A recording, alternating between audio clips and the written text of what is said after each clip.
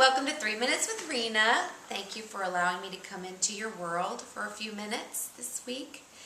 I was just thinking about the ages of my children now. The youngest is almost 14 and the oldest is 25.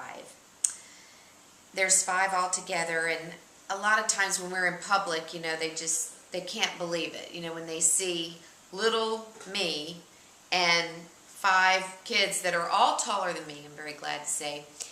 But a lot of times they'll ask, how did you do it? How did you do it? Well, Leo and I didn't do it by ourselves. There was another party called the Godhead, the Father, Son, and the Holy Spirit. And they work together as one, and it's amazing the wisdom that they'll give parents if we just ask.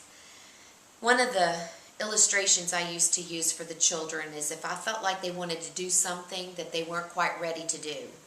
It might have been a party where a lot of their friends were going, but Leo and I just had that check in our spirit thinking, this isn't what they need to be doing right now. I used to tell the boys, if I had a wild horse, a horse that needed to be trained, I would put that horse in a corral and begin to train it, right? And they'd say, yes. But what if I opened the gate and let that horse out before it was time? What would happen to the horse?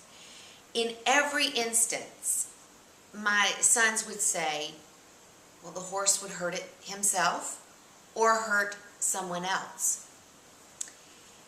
And I'd say, exactly. And right now, you're in the corral. And until we're ready to open the gate to that part of your life, we're not going to. We want to make sure that when we do, you won't hurt someone or hurt yourself. I kind of researched a little bit on training horses, and I found that they have a hard time with people that want to train the horse, but maybe they're passive leaders. They're afraid they're going to hurt the horse's feelings. Or they have the over-dominating trainer that wants to control that horse no matter what, kind of thing. And they were saying in this article there is definitely a balance, and it's a secure leader. And so someone that understands how to have a relationship with that horse, bring about trust, and so the horse doesn't end up hurting itself or someone else. I just want to empower you as parents to follow Proverbs.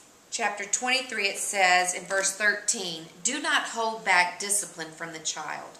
Although you strike him with the rod, he will not die.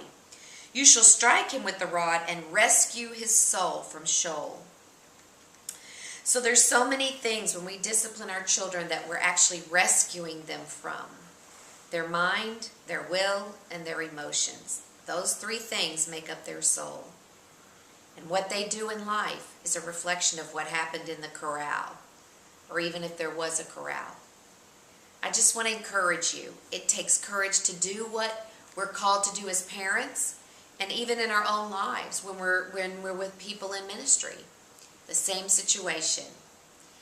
How we train them is how they'll be able to handle the difficult situations in life and not end up hurting themselves or other people.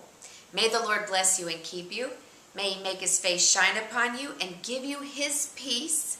And I hope you have a great week, and it's worth all the things that you have to go through to help train those young people in your lives. They're special. God gave them to you. God bless you.